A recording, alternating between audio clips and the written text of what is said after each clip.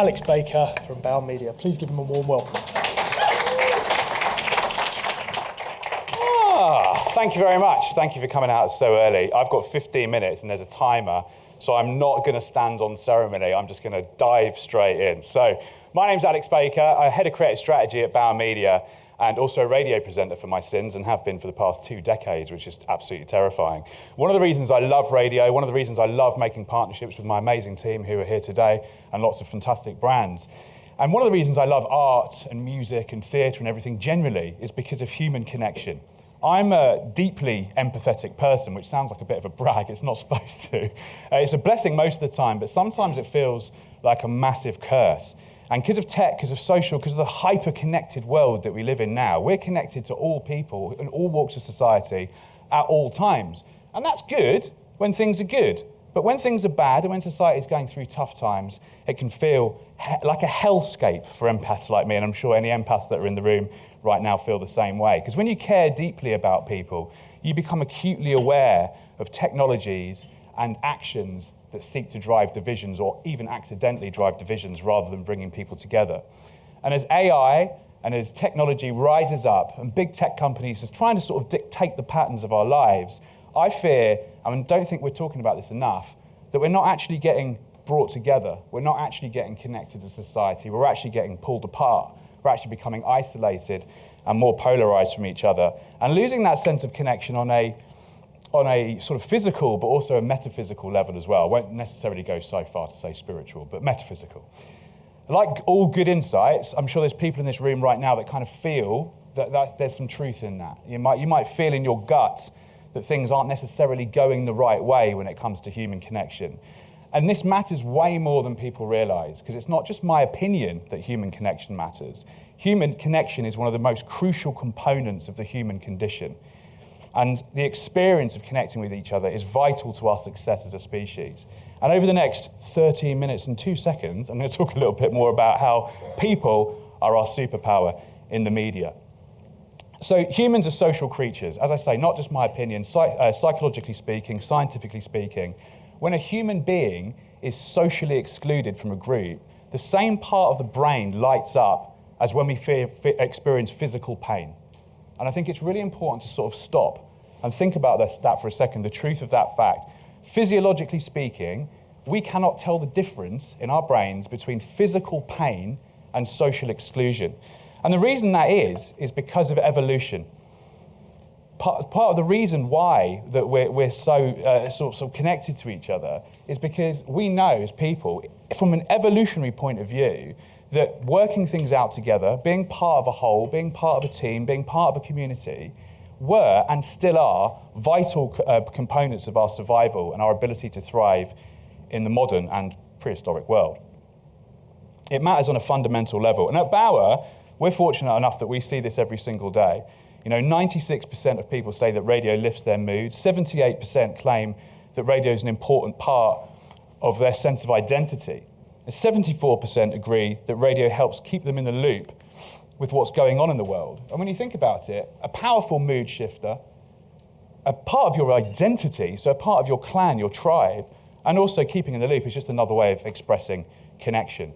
So in an era of novelty, of rapid technological growth, it's essential that we don't lose sight on the importance of real human connection. And this question up here is a fail-safe that I've sort of created, which I've created. It's a pretty simple question. But the question is the world we're building, or crucially, allowing people to build for us, going to result in a better or worse world for us as people? And the guiding principle of that question, of whether the world will be better or worse, is whether we're going to end up with a deeper or shallower connection to ourselves and to each other as a result. So as a species, we've never stood still. The rate of transformation over the past decade and beyond has gone at a sort of exponential rate. And that's good. There's been many amazing technological breakthroughs, but what I just want to sort of plant in your head today is whether we ever stop to analyze whether it's actually good for us as people. Technology is great, but is it always like inherently good for us? I don't think we ask that question enough. And if you want to use communication as an example, go back in the day, the written word was king. If you wanted to do business, you did it via the written word. Carrier pigeons, messages on horseback. And then the telephone kicked in, sped things up. fax machines kicked in. Like, it was quite hard to find pictures of fax machines, I tell you. and then obviously we're here today in email and everything else. We're able to do the same amount of business in a day that used to take weeks to do before. But we have to ask ourselves, if the world we're building or allowing people to build for us is going to result in a better or worse world for us as people. Yes, we might be able to do business in a day that might have taken a week before, but how's that affected us as people? Has that time been gifted back to us? The time that's been generated by those efficiencies through tech, has it been gifted back to us? Are we now able to just do a day's work but still get paid a full salary, and the rest of the week we're off building bridges in communities, doing charity work, spending more time with our children? This is obviously a rhetorical question. That's not what's happened. What's happened is we've got peak productivity, peak efficiency being driven by technology, and we're on this merry road together, feeling more burnt out, more frazzled, and more mentally unhealthy than ever before. Is it always good? With communication, we can FaceTime our mum, send voice notes to our friends. We can Instagram each other, slide into my DMs if you like. We've got Teams. I mean, Christ, we talk so much on Teams, don't we? Follow up with an email, stick it on WhatsApp, got Snapchat, we're Xing each other or whatever the fuck you call that these days. All these fabulous ways of communicating, and that's great. But is it great? Is it actually great when you stop and think about it? Is it the case that we're feeling more connected, or are we actually feeling more overwhelmed? Is it stress relieving to have all these different ways of communicating? Or is it actually stress inducing? Has it strengthened our bonds and connections to people, or is it diluting them? Are we starting to place value on quantity over quality? And looking around this room, there's probably not many people that don't remember a time before this. But I'm not really talking about us. I'm talking about people that are coming through now, people that are born into this infrastructure. What kind of a world is it going to be with the values placed on those things? And this is a horrible slide. Not this one. Hopefully you like that one. This next slide is a horrible slide to caveat. It's very triggering and it's a horrible thing to talk about. But this is from the Financial Times. Rates of depression, self-harm and suicide. So what you've got here, this is US on the left and England and Wales on the right. This is the rates of suicide over the years in teenage boys and girls. Before 2010, it was going down, right? It was going down. Things were getting better. Smartphone era kicks in, social media is ubiquitous. It's a right angle. We've got to stop pretending to ourselves or stop assuming that technology is always good. Is the world we're building or allowing people to build for us going to result in a better or worse world for us as people? But tech isn't necessarily inherently bad either. I'm not here to bash tech, although it might sound like it. Our family photos now look like this. That's obviously not my family. They used to look like this. They used to look terrible. We now, like this morning's a great example. You could decide whether or not to leave the house with an umbrella because you could swipe on an app and see whether or not you needed one, rather than relying on this guy who sometimes got it right and sometimes, as we know, got it spectacularly wrong. Radio listening doesn't look like this anymore, though I kind of wish it would, because look how wholesome it looks. Now it's all over the place. It's in your car, it's on smart speakers, it's all over the place. And at Bauer Media, we love tech. We embrace tech. Like I say, not here to bash it. We've actually led the smart speaker revolution. We're streets ahead of our competition in terms of digital listening. We're in a fantastic place. We're driving forward, illuminating the publishing space, using first-party data in a fantastic way to really capture people's imaginations. But the point I'm making is that human beings are our superpower, and human connection matters. And we're now on the brink of the biggest technological breakthrough of all time. AI is here, and if it's allowed to, and if we allow people that are behind it, it will revolutionize everything in their image. So it's more important than ever that we ask ourselves that question. We have to ask ourselves whether life is actually going to be better and richer and more connected if the books that we read to our kids at night have been written by computers. If the stuff we watch on Netflix or TV or whatever it is in years to come, has had no human touch at all, it's just artificially generated, to save someone money. Is that actually going to be better? We'll come to that quote in a second. And and one of the things that it's very difficult, I feel uncomfortable, as you can probably tell. One of the things that's quite difficult to talk about, because automatically you'll look at me with a sense of, you think I'm being biased because I'm a radio presenter. But a good example of this is Spotify's AI DJ. Now, people have said to me today and elsewhere over the past few months, if I'm worried as a presenter about Spotify's AI DJ, is it going to be the death knell of human presenters? But what you have to understand is that, to me, and I have nothing against Spotify, But to me, the fact that Spotify have released an AI DJ emphasizes rather than diminishes the importance of human radio presenters. And I'll explain why. They've missed the crucial component of what makes radio presenters important. You know, anyone that thinks that radio presenters are just there to just dish out some facts, tell you what we've just played, and tell you what's on the way, and then press play on another song, has fundamentally misunderstood what radio presenting is all about and why radio is special.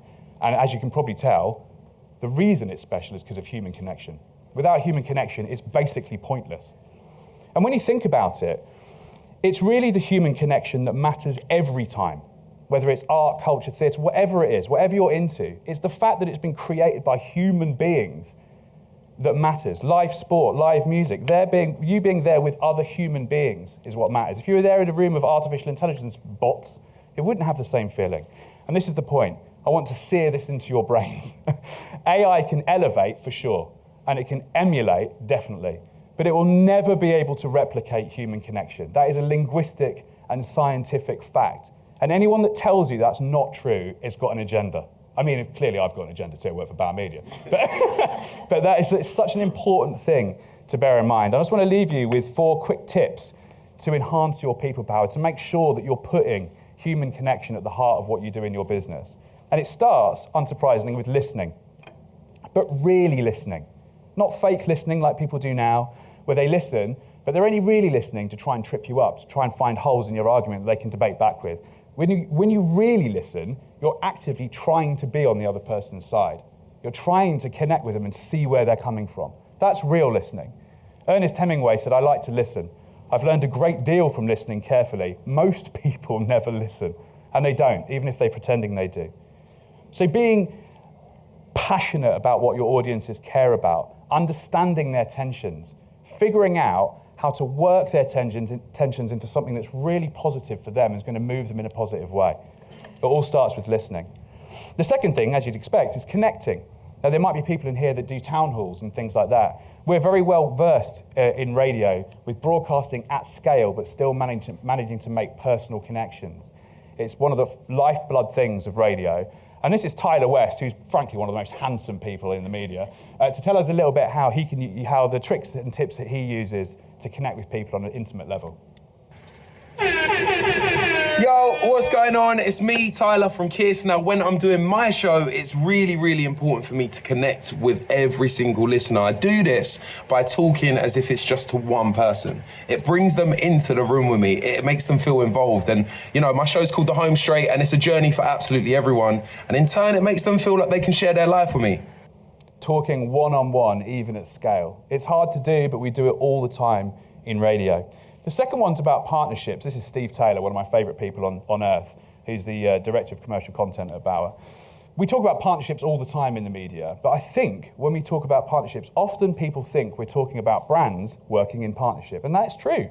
Inventory, messaging, brands working together. What we have to remember, though, a true partnership starts with people. It's people working together to solve problems and find ways through on a human level that create powerful partnerships. Here's Steve to tell you more.